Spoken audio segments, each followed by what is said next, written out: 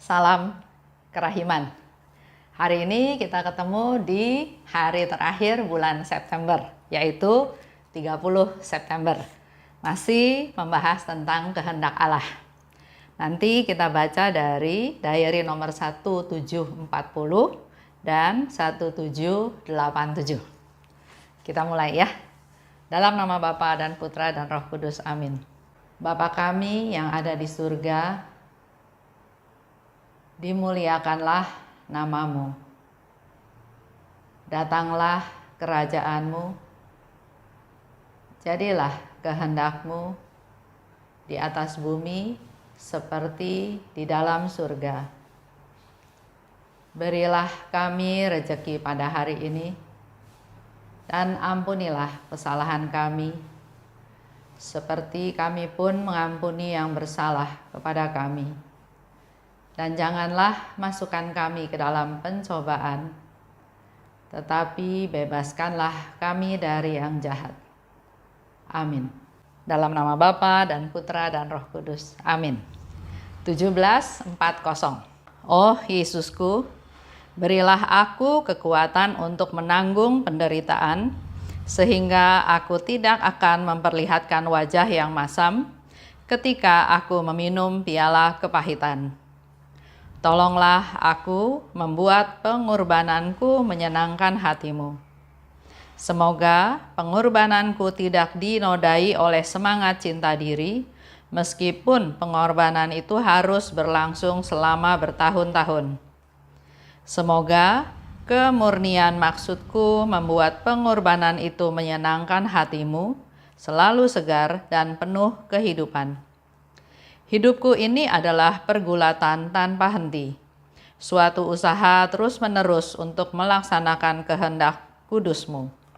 Semoga segala sesuatu yang ada dalam diriku, baik kepapaanku maupun kekuatanku, menjadi pujian bagi-Mu, oh Tuhan. 17:87.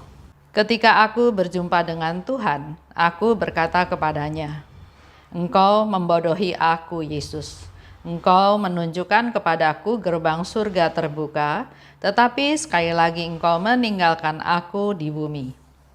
Tuhan berkata kepadaku, apabila Engkau sudah ada di surga dan melihat kembali hari-hari ini, Engkau akan bersukacita dan akan ingin melihatnya sesering mungkin.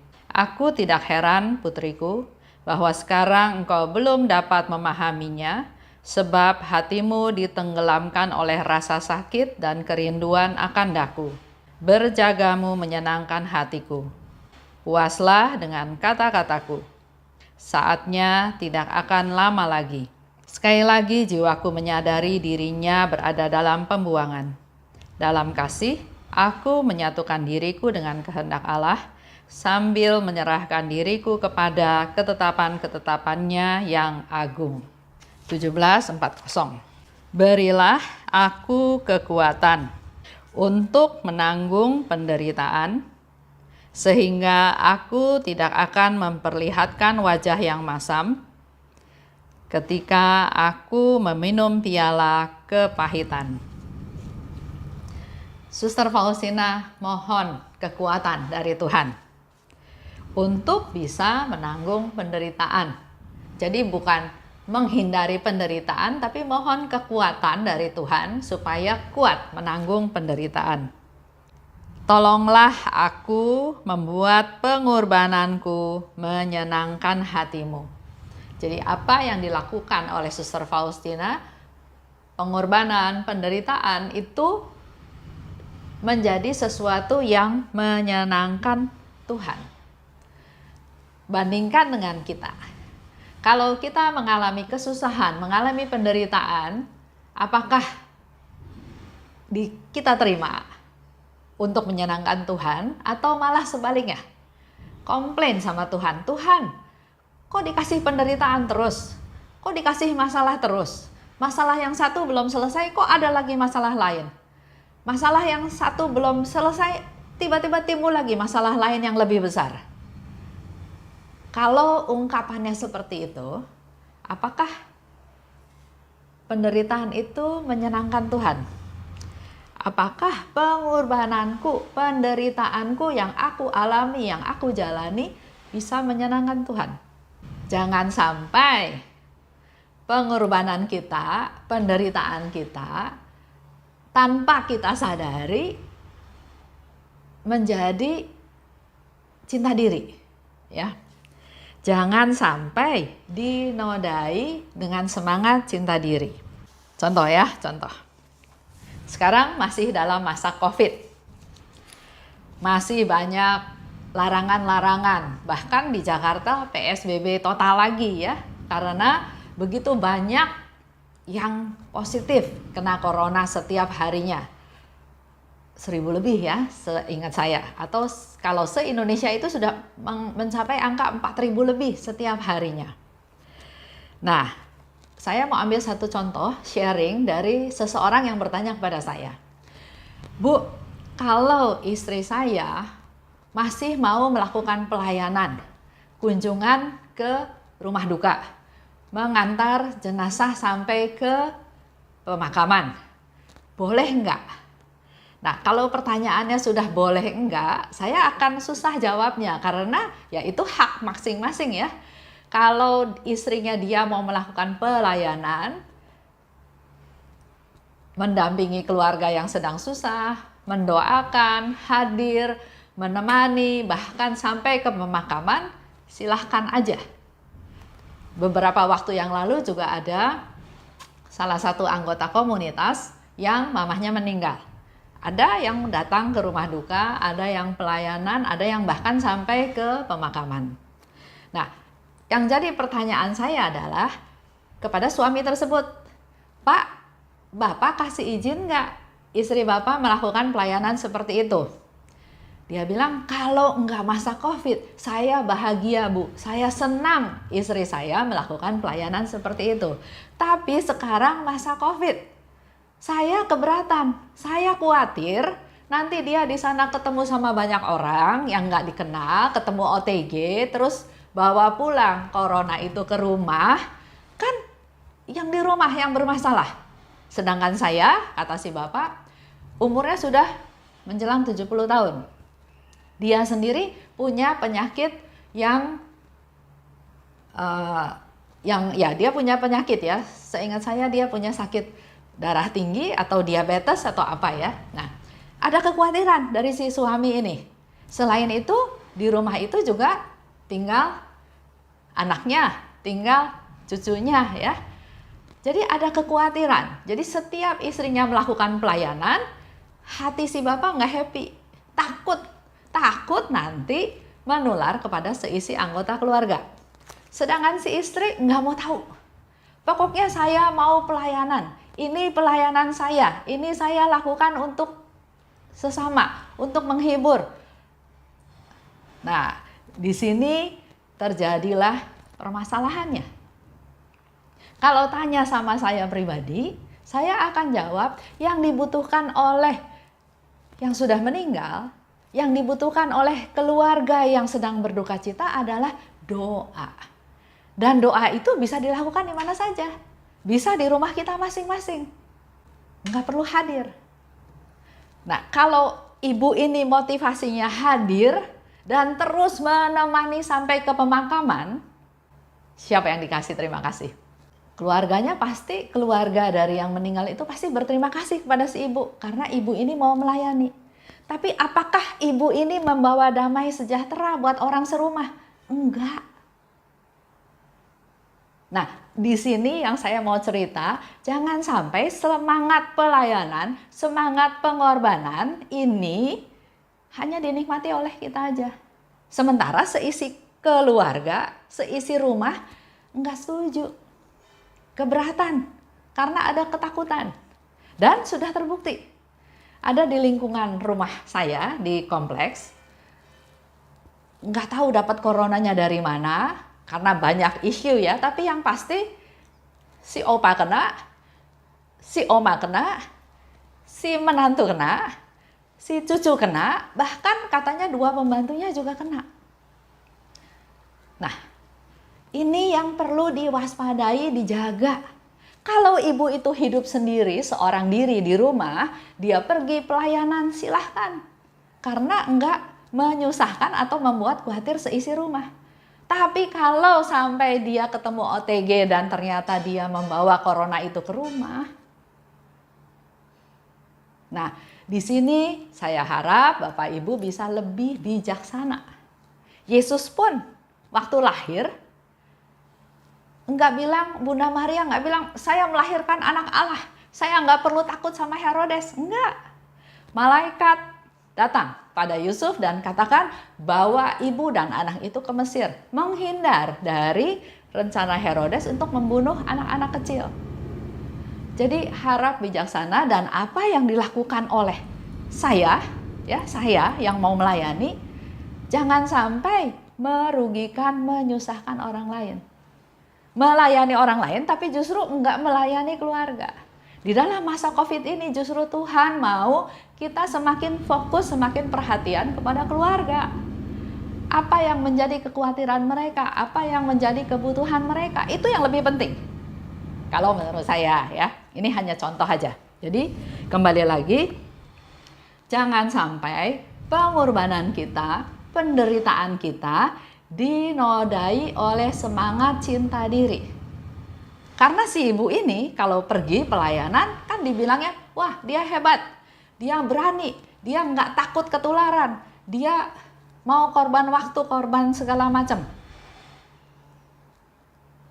Tapi dia nggak mendatangkan sukacita di dalam rumahnya. Kecuali suaminya nggak larang ya. Kalau suaminya sudah larang, anggota keluarga yang lain melarang, ya dalam tanda kutip tahu diri. Ya, oke, saya lanjut.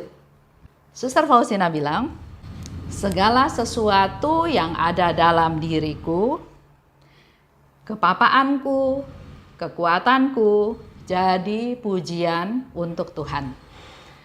Kepapaanku, ketidakberdayaanku, keterbatasanku, bahkan juga kekuatanku untuk jadi pujian untuk Tuhan. Setiap manusia, kita diingatkan lagi bahwa setiap manusia itu punya kelebihan, punya kelemahan, punya kekuatan, punya hal-hal yang memang buat dia itu sangat lemah, ya. Tapi pakailah itu semua menjadi pujian untuk Tuhan. Contoh, kalau kita bersalah, misalnya itu kelemahan kita ya, kita bersalah, ya kita mengaku bahwa kita bersalah. Jangan sok betul. Kalau memang salah ya mengaku salah. Karena memang manusia terbatas, manusia punya kelemahan, manusia bukan hero yang semuanya serba bisa. Yesus, Engkau menunjukkan gerbang surga terbuka, tapi meninggalkan aku di bumi. Ini yang Suster Faustina ungkapkan pada Yesus. Yesus, kamu kasih tahu saya gerbang surga, tapi kok nggak ajak saya masuk, tapi kok masih membiarkan saya di bumi. Artinya Tuhan belum memberikan yang saya inginkan, yang saya rindukan. Karena kembali lagi, kita masih punya tugas di dunia. Begitu pula dengan Suster Faustina. Sehingga Yesus katakan, waktunya nggak lama lagi, tapi belum sekarang. Begitu pula dengan kita semua yang sedang mengalami masa COVID. Masa di rumah saja, masa enggak bebas. Bahkan sebagian orang mengatakan bahwa saya di penjara. Nah, saya mau kasih contoh. Beberapa hari yang lalu saya lihat di YouTube, itu cerita tentang seorang kulit hitam ya, namanya Archie William. Dia waktu umur 20 tahun, dituduh memperkosa. Bahkan waktu di proses pengadilan ada 3 saksi yang mengatakan bahwa nggak mungkin si Archie William ini memperkosa. Tapi ya karena situasi, karena keadaan, katanya karena sistem ras atau apa ya, sehingga dia dijatuhi hukuman. Hukumannya 80 tahun penjara, hukuman seumur hidup. Dia lakukan, dia jalani hukuman tersebut. Di tahun yang ke-37, kalau nggak salah ya, ternyata si yang diperkosa ini mungkin punya anak, ada tes DNA, dan ternyata DNA-nya nggak sama si Archie William ini. Akhirnya setelah dia menjalani 37 tahun di penjara, dia dibebaskan. Apa yang dilakukan oleh Archie? Dia nggak merasa bersalah, dia memang tidak memperkosa, tapi dia harus terima bahwa dia harus dipenjara. Tapi dia bilang badannya oke, dipenjara, nggak bisa kemana-mana. Tapi otak dia, pikiran dia, nggak bisa ada yang menjarain dia. Dia tetap menjadi manusia yang bebas. Di situ dia latihan karena memang suka nyanyi ya, dia latihan nyanyi, dia latihan musik, dia menikmati hidupnya sehari-hari dengan apa adanya yang harus dijalani di dalam penjara. Bahkan dia dikirim katanya ke penjara yang sangat sadis ya, yang sangat mengerikan, menyeramkan di Amerika. Ini mau menjadi refleksi buat kita semua. Karena selama dia 37 tahun di penjara, dia bukannya putus asa, bukannya ngomel, bukannya nyumpahin yang jahat sama mereka, sama dia, tapi dia memanfaatkan waktu yang ada dengan sebaik-baiknya. Dia memuji Tuhan, dia bernyanyi, dia latihan musik, sampai akhirnya setelah keluar dari penjara, dia ikut American Got Talent, ya. Dan surprise, suaranya bagus. Jadi selama 37 tahun, dia pakai waktu itu untuk bersukacita, enggak menunjukkan wajah yang murung, dia tetap happy, yang penting dia enggak bersalah, dan dia memupuk bakatnya dia. Sampai dia bisa bernyanyi dengan penuh perasaan, dengan bagus, sehingga dapat nilai yang bagus juga dari juri-juri. Begitu pula dengan kita semua di sini. Bersyukur atas segala macam yang kita alami. Dan pakai hari-hari tersebut, waktu tersebut untuk sesuatu yang positif. Jangan ngeluh masa lalu, jangan ngomel, jangan nyalahin orang, tapi maju ke depan, maju ke depan. Manfaatkan waktu yang Tuhan kasih untuk sesuatu yang baik. Itu pengalaman, ya, pengalaman hidup setiap orang itu berbeda-beda. Tapi di akhir hari, pengalaman itu akan menjadi bekal kita.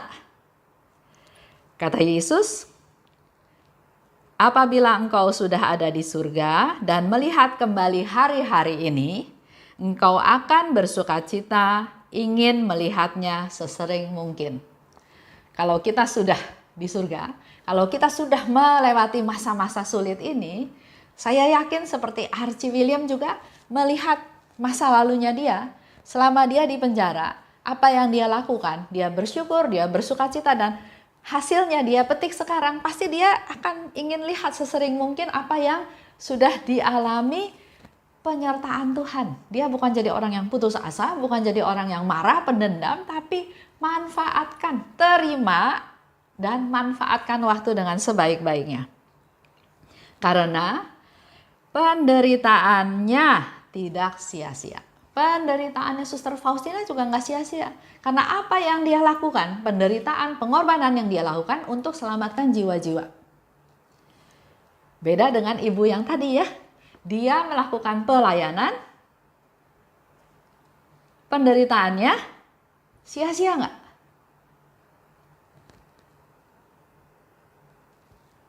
Itu jawaban kita masing-masing ya. Tapi menurut saya yang dia lakukan hanya untuk dia dapat rasa terima kasih. Hanya untuk cinta diri, saya pelayan yang nggak takut apa-apa.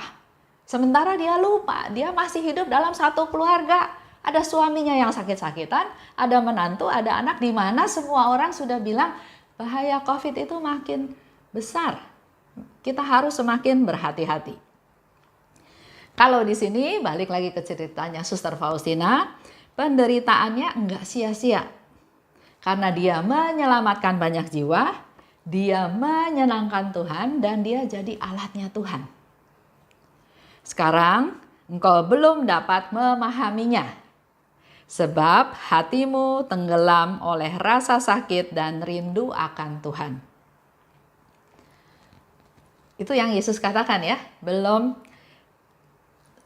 puas, belum tercapai kehidupan yang diharapkan oleh Suster Faustina, hidup di surga. Masih di dunia, masih terdiri dari daging, masih merasakan rasa sakit. Dikatakan lebih lanjut oleh Tuhan Yesus, berjagamu menyenangkan hatiku. Refleksi ke diri kita masing-masing ya. Apakah saya sudah hidup dalam posisi berjaga-jaga? Kalau berjaga berarti kan ada persiapan ya. Contoh kayak pelari, mau lari 100 meter, dia ada posisi start. Dia berjaga-jaga, tunggu peluitnya berbunyi, dia lari. Nah, poinnya adalah apakah kita juga sudah berjaga-jaga? Contoh, sekarang contoh seorang pengusaha. Ya. Dia berusaha supaya perusahaannya maju, supaya perusahaannya tambah besar, supaya profitnya juga tambah besar. Harapannya profitnya tambah besar, mungkin supaya semakin terkenal, mungkin bersaing dengan kompetitor sebagai seorang pemenang ya, banyak alasannya ya. Bisa juga pengusaha itu mau memperbesar usahanya supaya siapapun karyawan yang bekerja di perusahaannya menjadi semakin sejahtera. Dia membuka lapangan kerja untuk supaya mengurangi pengangguran. Untuk supaya bangsa menjadi lebih cerdas. Supaya semua orang yang bekerja minimal di perusahaannya mengalami kepenuhan dalam kebutuhan hidup, ada damai, ada nyaman, ada sukacita. Nah, kenyataannya seperti itu enggak? Ya, mungkin ini refleksi kepada kita beberapa pengusaha-pengusaha. Apakah fokusnya membuat profit sebanyak-banyaknya atau mendirikan perusahaan ini untuk memberikan kesejahteraan kepada karyawannya, untuk supaya mencerdaskan bangsa, untuk supaya membuka lapangan kerja. Kenyataannya yang kita tahu sekarang, orang kaya tambah kaya katanya ya, orang miskin tambah miskin. Khususnya dalam masa COVID ini juga pengangguran semakin meningkat. Artinya orang yang miskin persentasenya semakin banyak. Contoh konkretnya, gajinya dipotong. Ada yang di PHK. Ya, banyak yang dialami. Mari Bapak Ibu saya mau ajak semuanya, justru dalam masa COVID ini adalah masa untuk berbagi.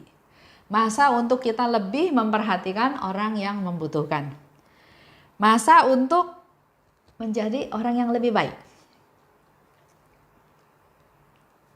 Dikatakan lebih lanjut, kata Yesus ya, puaslah dengan kata-kataku. Saatnya tidak akan lama lagi. Ini mungkin refleksi buat kita semua ya. Kita semua tahu suatu hari kita akan pulang ke surga, suatu hari kita akan meninggal.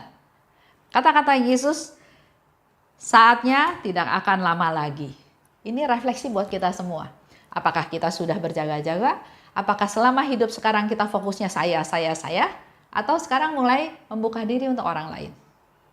Jadi kembali lagi, kalau di cerita tadi, mari kita gunakan pengorbanan kita, penderitaan kita untuk menyenangkan Tuhan. Bukan ada semangat cinta diri. Baik, saya tutup ya. Dalam nama Bapa dan Putra dan Roh Kudus, amin. Allah Bapa yang Maha Baik, terima kasih atas rahmat-Mu. Di akhir bulan September ini Engkau memberikan banyak pencerahan kepada kami. Mampukan kami Tuhan untuk selalu setia pada kehendak-Mu dan melakukannya dengan sebaik-baiknya. Bukan atas dasar cinta diri, bukan atas dasar kemauan kami masing-masing Tuhan, tapi biarlah keberadaan kami boleh mendatangkan rahmat berkat untuk orang di sekitar kami, khususnya keluarga kami masing-masing.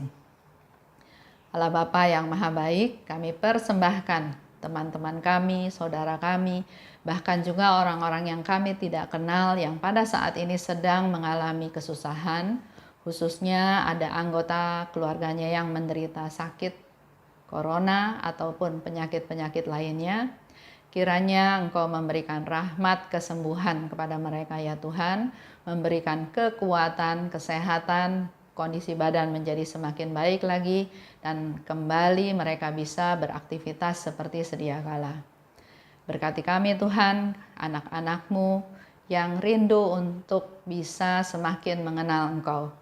Terima kasih Tuhan, dalam nama Yesus kami berdoa dan bersyukur. Amin. Dalam nama Bapa dan Putra dan Roh Kudus. Amin. Salam kerahiman.